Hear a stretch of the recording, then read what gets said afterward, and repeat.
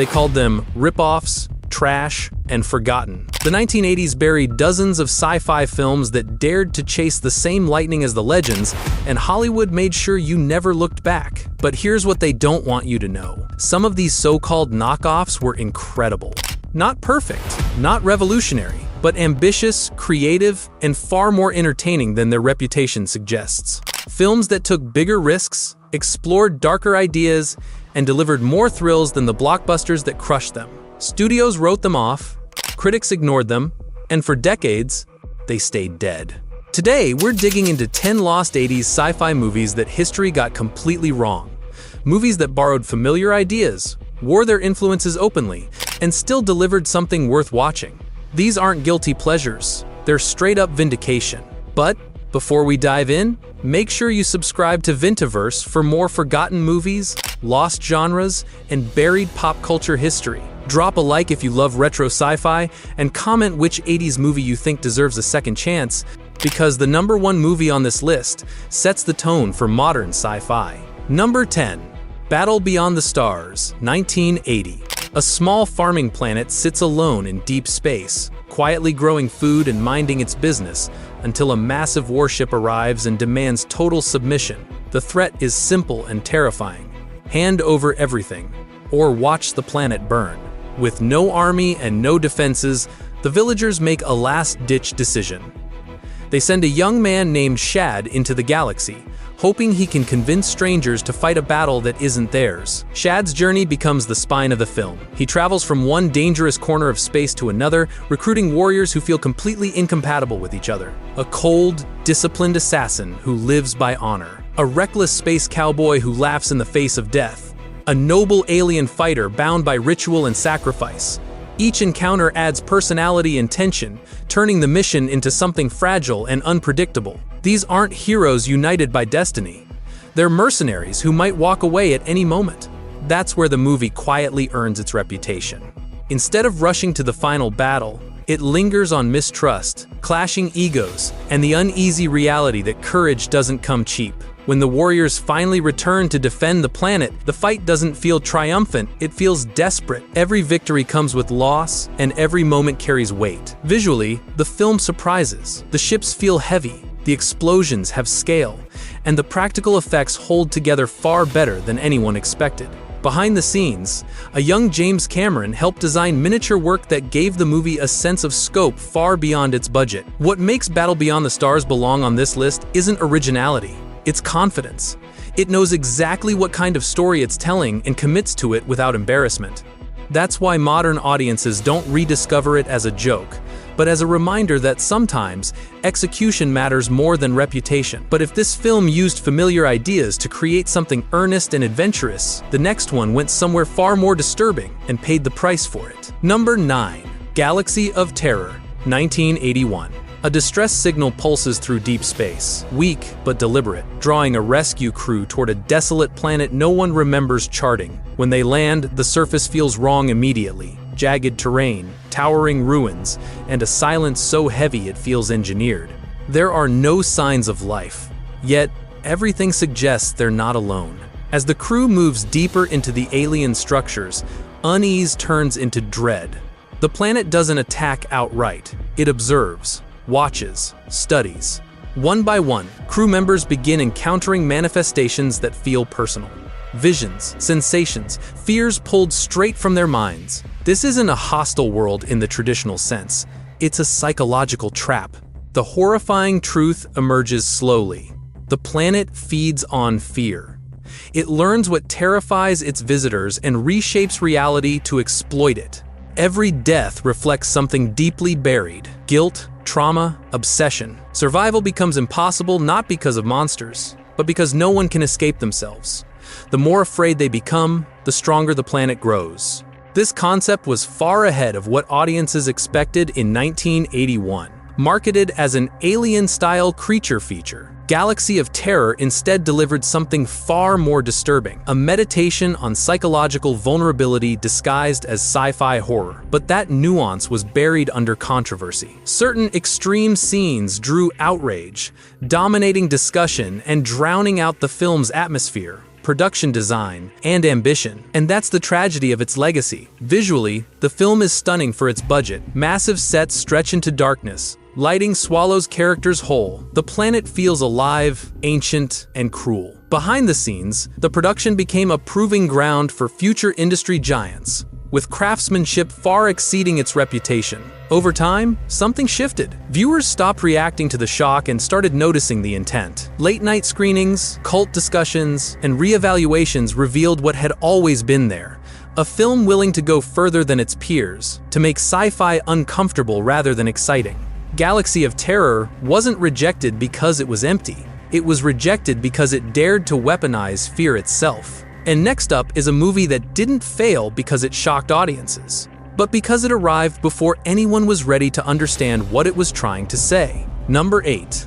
Runaway, 1984. The future doesn't arrive with explosions or alien invasions. It slips quietly into everyday life. Robots cook meals, clean homes, patrol streets, and assist police officers. They're everywhere. Helpful, trusted, invisible. And that's exactly why the first death feels so wrong. A domestic robot suddenly malfunctions, turning an ordinary household into a crime scene.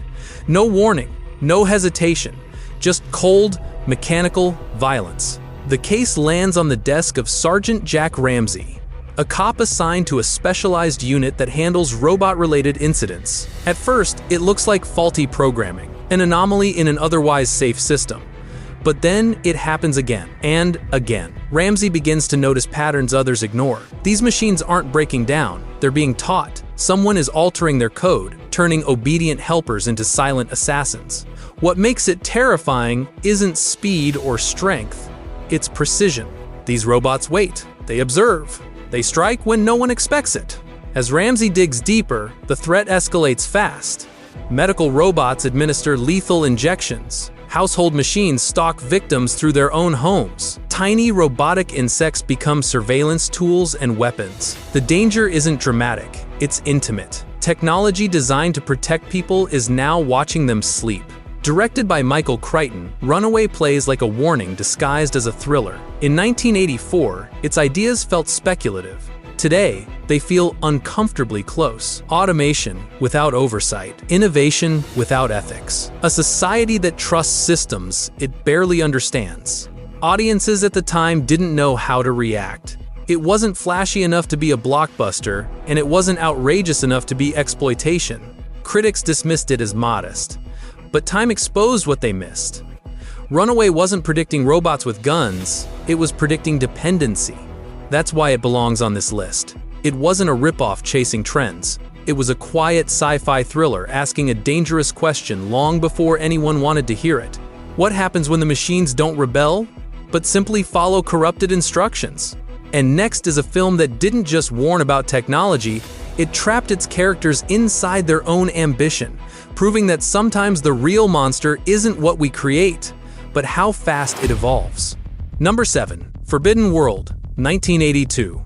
A research team arrives on a distant planet to solve a growing crisis. A genetically engineered organism designed to feed starving populations is evolving too fast.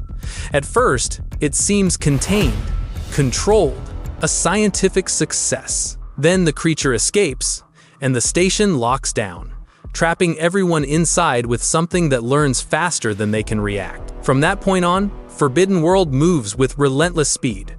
The creature grows stronger, smarter, and more aggressive with every encounter. Hallways become death traps. Trust erodes. Survival turns into a moment-to-moment calculation. There's no rescue coming, just narrow corridors, flickering lights, and the sound of something moving in the dark. The comparisons were immediate. Critics labeled it an alien clone and moved on.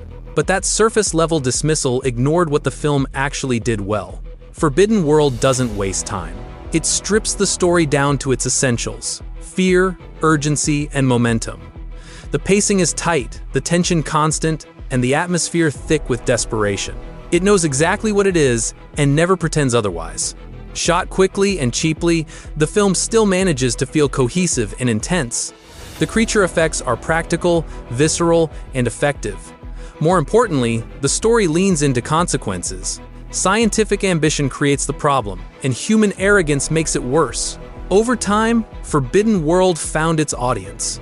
Midnight screenings, VHS rentals, late-night rewatches. Viewers stopped comparing it and started appreciating it. Not as a ripoff, but as a lean, ruthless sci-fi thriller that delivered exactly what it promised. And next is a film that didn't just trap its characters in space, it trapped them in a moral standoff that audiences weren't ready for yet. Number 6. Outland, 1981.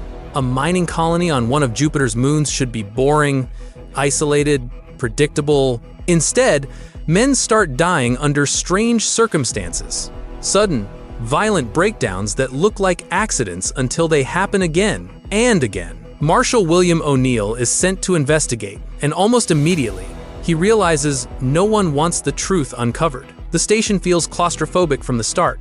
Endless corridors, humming machinery, workers pushed to their physical limits. As O'Neill digs deeper, he uncovers a quiet conspiracy. Miners are being fed performance-enhancing drugs to increase productivity, with fatal side effects swept under the rug. When O'Neill threatens to expose it, the corporation does what it always does: isolates the problem, him. What follows is a slow, suffocating build. O'Neill waits for backup that may never arrive, surrounded by people who would rather survive than help.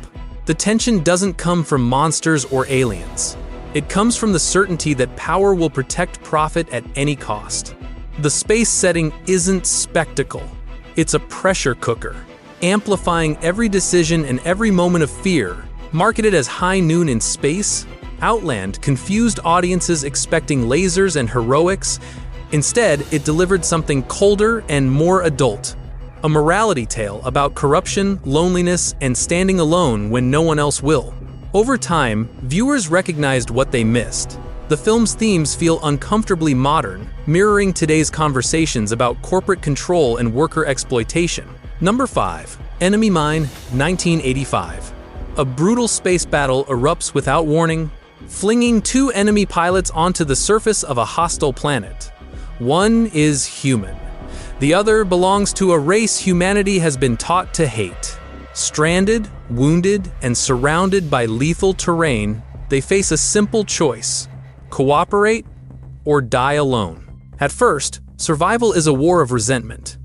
Neither trusts the other. Communication is impossible. Every action feels like a trap, but necessity forces understanding. Slowly, gestures replace words. Language emerges. Hostility gives way to recognition, and in the silence of an alien world, something unexpected happened. As time passes, survival turns into companionship. The enemy becomes a teacher, a protector, and eventually, family.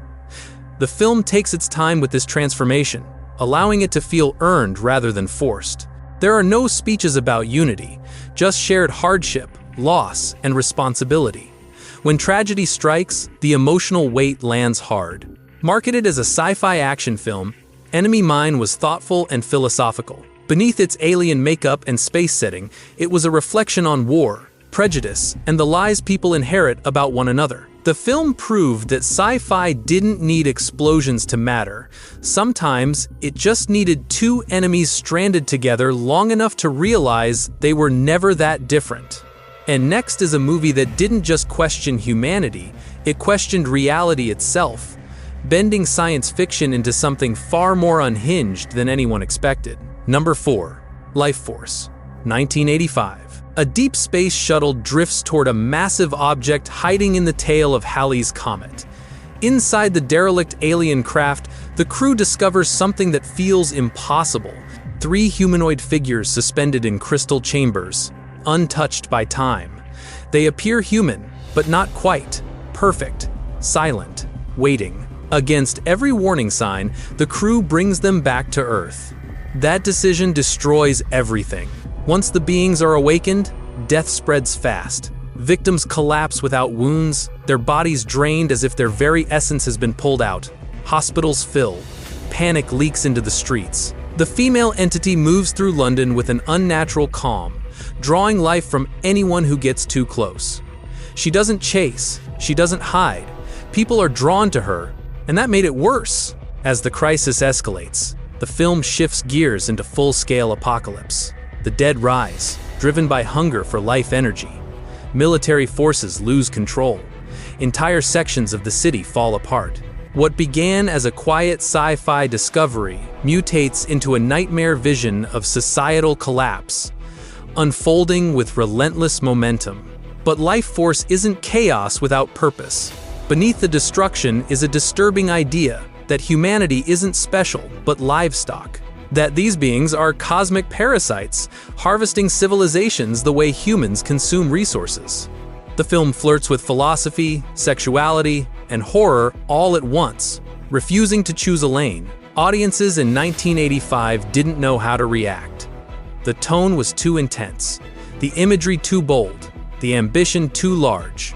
Critics dismissed it as excessive, and the box office followed suit. But time has rewritten that verdict. Today, Lifeforce is recognized as one of the most audacious sci-fi films of the decade. Practical effects on a massive scale, fearless storytelling, and a refusal to play safe. It wasn't forgotten because it failed. It was forgotten because it terrified people in ways they didn't expect. Number 3. Space Hunter. Adventures in the Forbidden Zone, 1983. A rescue beacon flashes from the most dangerous region of space imaginable. A lawless wasteland known only as the Forbidden Zone. Ships that enter rarely return, but when 3 kidnapped women are reported alive somewhere inside it, a rough-edged bounty hunter named Wolf takes the job, knowing full well it might be his last. From the moment Wolf enters the zone, the movie wastes no time. The landscape is hostile, industrial, and brutal. Part scrapyard, part war zone. Slavers rule with violence. Survival depends on instinct. Along the way, Wolf is joined by a street-smart scavenger and a young orphan who knows the terrain better than anyone. Trust is thin, danger is constant, and escape feels impossible. On the surface, Space Hunter looked like another Star Wars cash-in. Blasters, space rogues, strange aliens, and a clear good versus evil framework. Critics dismissed it quickly, but what they missed was the tone. This wasn't polished heroism. It was dirty, desperate, and mean. The world felt lived in, cruel, and unpredictable, closer to Mad Max than a fairy tale in space. The film leans heavily into practical effects, grimy production design, and physical action. Every set feels tangible. Every confrontation carries weight. Even the 3D gimmick couldn't hide the fact that the movie had real atmosphere and momentum beneath it. Audiences didn't know what to make of it. Too violent for kids, too pulpy for critics. But decades later, Space Hunter has been reappraised as a cult favorite. A rough, muscular sci-fi adventure that embraced its influences and still carved out its own identity. Number 2.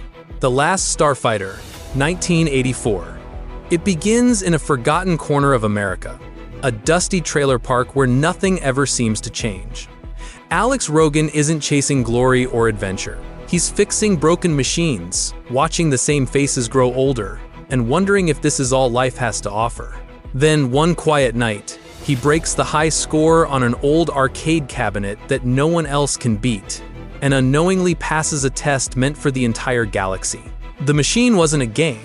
It was a recruitment tool. Within hours, Alex is pulled out of his world and thrown into a war he doesn't understand. He's told he's been selected to defend the universe against an unstoppable enemy, not because he's brave, but because he's skilled. The problem is, Alex doesn't want the job. He wants to go home. Fear, doubt, and panic define his first steps into space, grounding the story in something painfully human. The film leans heavily into that discomfort. Alex isn't confident. He makes mistakes. He freezes under pressure. When he finally takes control of a real starfighter, the weight of responsibility nearly crushes him. This isn't wish fulfillment, it's survival under impossible expectations. What made The Last Starfighter easy to dismiss in 1984 is what makes it powerful now. Its early computer-generated space battles were mocked at the time, but those visuals were groundbreaking, a glimpse of the future arriving too early. More importantly, the movie's emotional core never relied on spectacle. It relied on belief. The idea that courage can be learned, and heroism isn't reserved for the chosen few. Number 1.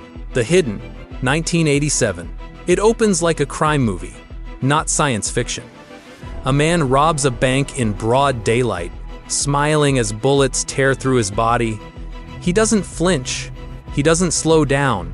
He drives off laughing, as if pain no longer applies to him. And that's when the film quietly tells you something is very wrong. Detective Tom Beck has seen criminals before, but never anything like this.